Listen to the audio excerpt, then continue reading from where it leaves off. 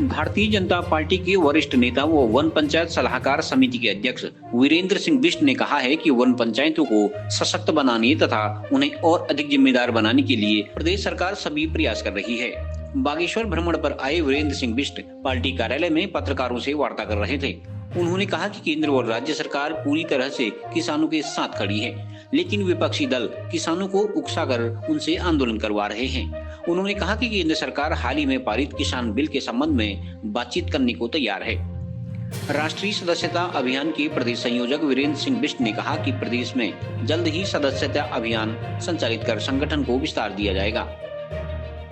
भगवान बागनाथ जी के पवित्र नगरी में पहुंचने का जो मुझे सौभाग्य प्राप्त हुआ, भारतीय जनता पार्टी के कार्यकर्ता के नाते अपने भारतीय जनता पार्टी के जिले के प्रमुख कार्यकर्ताओं के साथ में एक चर्चा बैठक करने का विषय रहा है। दूसरा, मुझे सरकारी जो दायित्व की जिम्मेदारी है उस दायित्व के तहत भी अपने विभाग के अधिकारी कर्मचारियों से बैठने का अवसर मिला।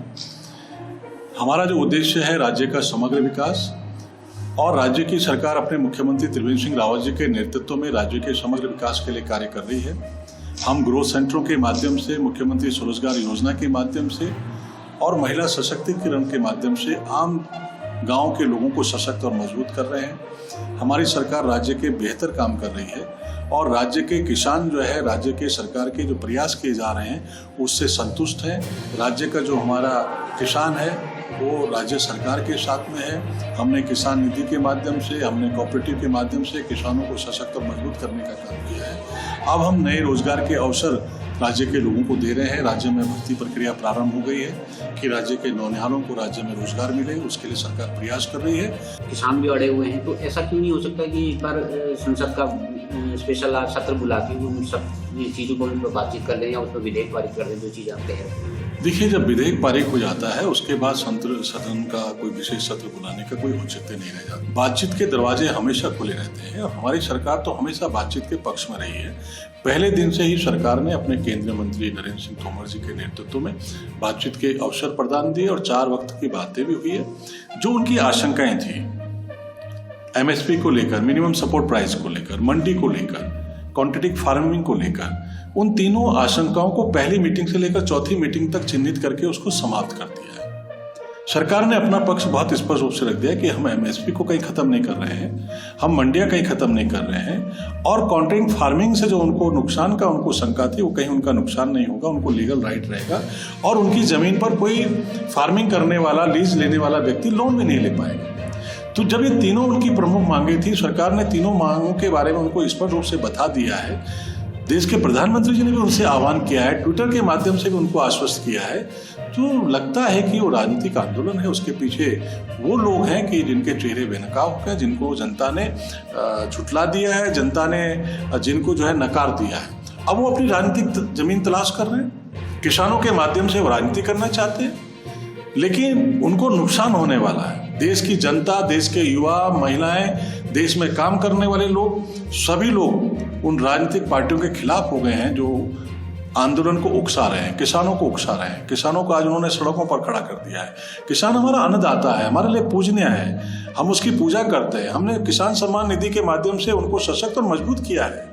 आगे भी हम किसानों के लिए बहुत सशक्तिकरण की योजना चला रहे हैं, लेकिन आज विपक्षी पार्टियों ने सिर्फ अपनी राजनीतिक रोटियां सेकने के लिए आज उनको सड़क पर ला दिया। देखिए, जो लोग एनडीए में हैं आज एनडीए के साथ मजबूती से खड़े हैं। जिन्होंने एनडीए छोड़ा था उन्होंने एनडीए छोड़ दिया है। अब वो उनकी राजनीतिक प्रतिबद्धता रही हो, उनका प्रदेश का कोई विषय रहा हो, हमने किसी को जाने के लिए नहीं कहा। हमने तो उनको विश्वास में लेकर ही ये विधेयक पास किया था और सरकार के अंग थे। उसके बाद उनके ऊपर राजनीतिक, उनके विधानसभा क्षेत्र का, उनके लोकसभा क्षेत्र के, उनके राज्य के लोगों का दबाव रहा होगा, इसलिए उनको ये निर्णय लेना पड़ा। लेकिन एनडीए के भीतर कहीं भी इस विधेयक को लेकर कोई शंका नहीं है। सब मजबूती से अपने प्रधानमंत्री जी के नेतृत्व में है। जो सरकार ने फैसला लिया है उस फैसले के साथ खड़े हैं। उत्तराखंड में सर आपके पास एक दायित्व है वन पंचायत में। वन पंचायत को मजबूती के लिए आप किस तरह से कार्य कर रहे हैं? उत्तराखंड राज्य में वन पंचायतों का बहुत महत्वपूर्ण स्थान है। राज्य में 12,168 वन पंचायतें हैं। ये 12,168 वन पंचायतें राज्य के विकास में, राज्य के पर्यावरण के समर्थन में, जल और संरक्षण के समर्थन में बहुत महत्वपूर्ण काम कर रही हैं। वन पंचायत सरपंच हमारे जो राजस्व विभाग पर स्थापित राजस्व जमीन पर जो जंगल बने हुए हैं उनका संरक्षण और संवर्धन करते हैं। उससे उनके लीसा से आय होती है, उनके बांज के पेड़ों से, झूला घास से उनकी आय होती है, और दूसरे बहुत सारे संसाधन जंगल के अंदर है, उससे अपनी आय अर्जित करते हैं और उस पैसे से भी लोग गाँव का विकास करते हैं। हम मुख्यमंत्री जी ने अभी किसानों के लिए जो है उनके वन पंचायतों के लिए योजना हम लॉन्च कर रहे हैं। एक माननीय मुख्यमंत्री जी के नाम से हमने योजना की है, माननीय मुख्यमंत्री फसल सुरक्षा योजना, जो सुअरों से, एलिफेंट से, दूसरे जानवरों से फसलों का नुकसान होता है, उसके लिए हम काम कर रहे हैं। एक योजना अभी हमने लॉन्च करी है अपने जो है वन पंचायतों में। हमने जो है एक जो है सहयोगी कर्मी के रूप में हम देने का काम कर रहे हैं, वन सुरक्षा कर्मी के नाम से। उसका हम 10,000 रुपये मानदेय देने वाले हैं। भारत सरकार को प्रपोजल चले गए हैं। हम अपनी वन पंचायतों को सशक्त और मजबूत करेंगे, राज्य के विकास के साथ उनका बड़ा योगदान है। सब जंगलों में इस बार जाड़ों में भी आग लग रही है, जनरली आप गर्मी में इसके लिए योजना बनाते हैं, किस तरह से इसको रोकथाम की जा सकती है? देखिए, इस समय जाड़ों में आग लगी है। आग लगने के कारणों को भी हमने चिन्हित किया है, लेकिन आग लगी है तो नुकसान भी हुआ है। हमने आग को रोकने के लिए हम समय समय पर वन पंचायतों को, गांव की सामाजिक संस्थाओं को हम प्रेरित करने का काम करते हैं। उनको हम आग बुझाने के किट से लेकर उनको सुविधाएं देने का काम करते हैं, मानदेय देने का काम करते हैं। जंगलों में आग न लगे हम उसको सुनिश्चित करते हैं। जो लोग आग लगाते हैं उनको पकड़ते भी हैं, उनके खिलाफ हम कार्रवाई भी करते हैं। आग जंगलों में नहीं लगनी चाहिए और सब लोगों को जंगलों को बचाने का काम करना चाहिए। CCN न्यूज के लिए सुरेश पांडे की रिपोर्ट।